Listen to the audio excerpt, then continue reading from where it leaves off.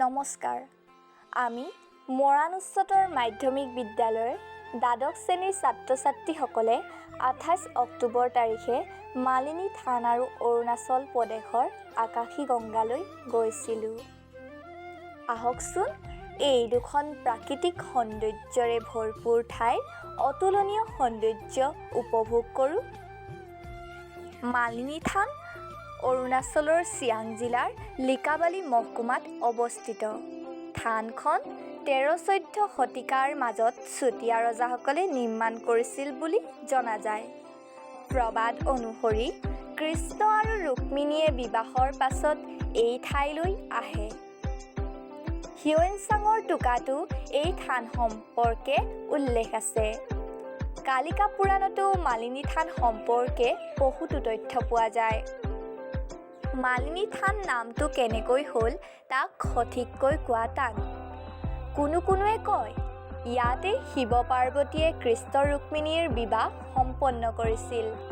কৃষ্ণই ফুলনিত মালা গাঁঠি থকা পাৰ্বতীক দেখি মালিনী দেৱী বুলি সম্বোধন কৰিছিল। গতিকে থানখনৰ নামো মালিনী থান হ'ল। ইয়াৰ খননত পোৱা মূৰ্তিবোৰ হ'ল 3টা শিৱলিংগ, নন্দী, লক্ষ্মী, সৰস্বতী, সূৰ্য, গণেশ, ব্ৰহ্মা, ইন্দ্ৰ, কাৰ্তিকেয়, মুনি, গন্ধৰ্ব আৰু অপ্সৰা।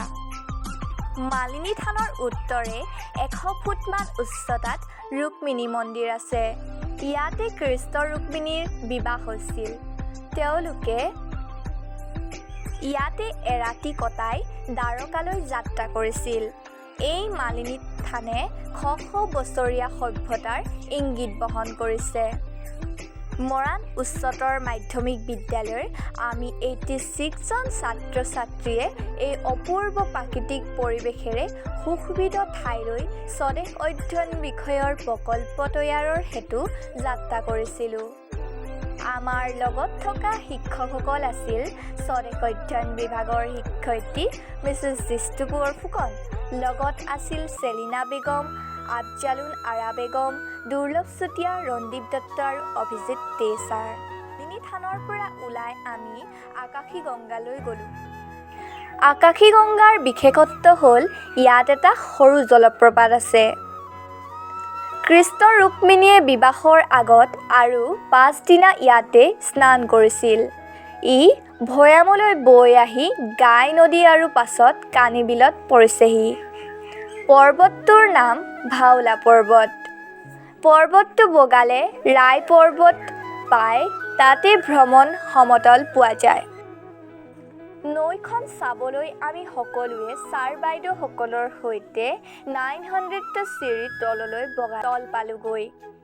ভূমিস্খলন হোৱা ঠাইটুকুৰা পাৰ হৈয়ে সৰু শিৱ মন্দিৰ এটা পালোঁ। তাত থকা পূজাৰীজনে আমাক আকাশী গংগাৰ প্ৰবাদবোৰ কৈছিল। ঠাইখন বৰ ধুনীয়া। এই ঠাইখন বৰ শান্ত সমাহিত। নদীখন যি প্ৰাচীন ইতিহাস বুকুত সাৱটি লৈ বৈ আছে। তাৰমানে ৰাস্তাত গছৰ কমলা ছিঙিলে। কমলাৰ সোৱাদে আমাৰ ভাগৰ পাহৰালে। উভতি আহি চিলাপথাৰত আহাৰ গ্ৰহণ কৰি মৰাণৰ বিদ্যালয়ৰ আগত 6:30 মানত সন্ধিয়া নামিলোহি। বিদ্যালয় জীৱনৰ মধুৰ দিন। আমি প্ৰকৃতিৰ বুকুত কটাই মিঠা স্মৃতিৰে ঘৰমুৱা হ'লোঁ। গোটেই যাত্ৰা কালত আমাক সহায় কৰা বাছৰ কৰ্মচাৰীসকল আৰু সকলো শিক্ষাৰ্থীৰ হৈ ছাৰ বাইদেউসকলক ধন্যবাদ জনালোঁ।